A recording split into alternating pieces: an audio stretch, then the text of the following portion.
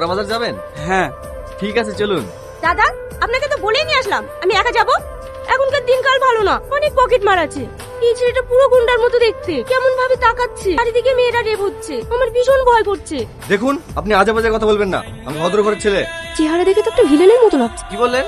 কিছু না।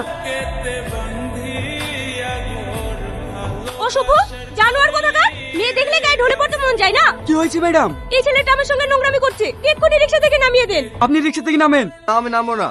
নামবি না? কি ব্যাপার, তুমি এখানে? তুমি আমার পেছন পেছন চলে এসেছো। আমি কেন তোমার পিছনে পিছনে আসতে যাবো? আন্টি, আন্টি, এই ঘরটা আমি ভাড়া করেছি। এ আসলে কোথা থেকে?